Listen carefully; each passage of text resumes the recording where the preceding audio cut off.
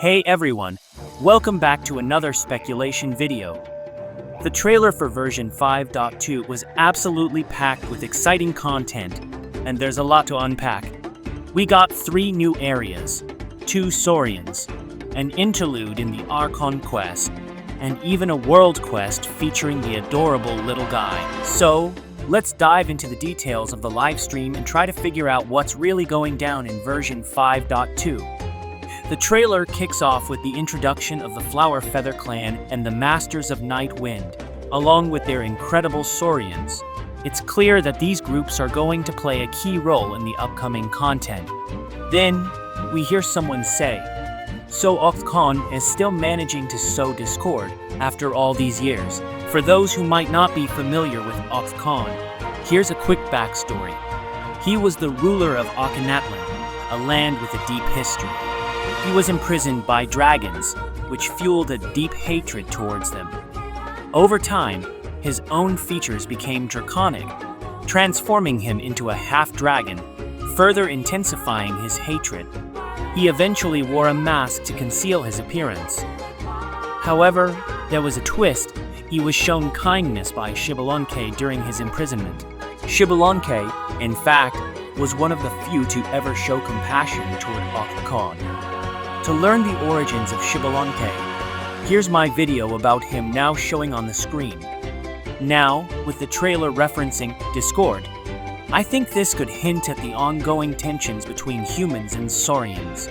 There's likely still some deep mistrust and resentment between the two groups, even after all this time. The devs also mentioned that human-saurian existence is easy to take for granted these days, but this relationship wasn't always harmonious in the ancient past. This seems to confirm that tensions are still simmering beneath the surface. Cheatlali also says his spirit has gotten lost and can't find its way back to his body.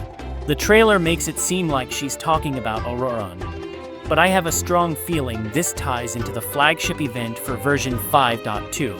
Maybe a ritual goes wrong, leading to this spirit being lost. There's a lot of mystery around this, and it could play into some bigger lore about Natlan. Additionally, we see a mural that appears to have been vandalized with paint. This mural seems to depict Xbalanque, and judging by the surroundings, it's likely located in Natlan. This could suggest some lingering animosity from the locals, possibly siding with Och-Kan over Xbalanque. There's also a cryptic line from Capitano. 500 years later, it's resurfaced again. We're not entirely sure what he's referring to here, whether it's an event, an object, or something else, but it definitely has me intrigued. Capitano is clearly hiding something about his past, especially since he knows so much about Natlan's history.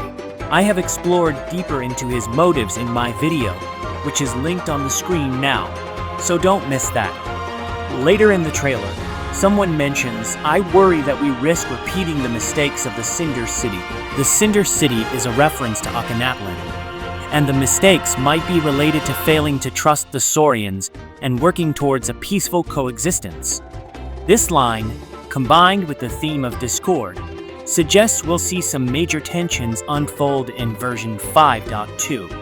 One thing I'm particularly excited about is the new boss fight. The new boss has the ability to transform into previous bosses from Teyvat, which is a super cool mechanic that'll definitely be fun in battle. And then there's this line from Capitano. "Before the final moment arrives, we must fight harder than ever." This seems to hint at the climax of the Natlan Archon Quest. I'm betting Capitano will play a crucial role in the final battle, possibly even joining forces with the Traveler and Mavuika. He's also mentioned that he still has a final foe to face, so it looks like we'll learn more about his past and motivations in 5.2. Finally, I can't wait for the world quest featuring Little Guy. It looks like a lot of fun, and I'm sure it'll provide some lighthearted moments amidst all the heavy lore. Until then, stay tuned for the upcoming video, and don't forget that when we hit 100 subscribers, I'll be gifting 2 welcome moons to 2 random subscribers.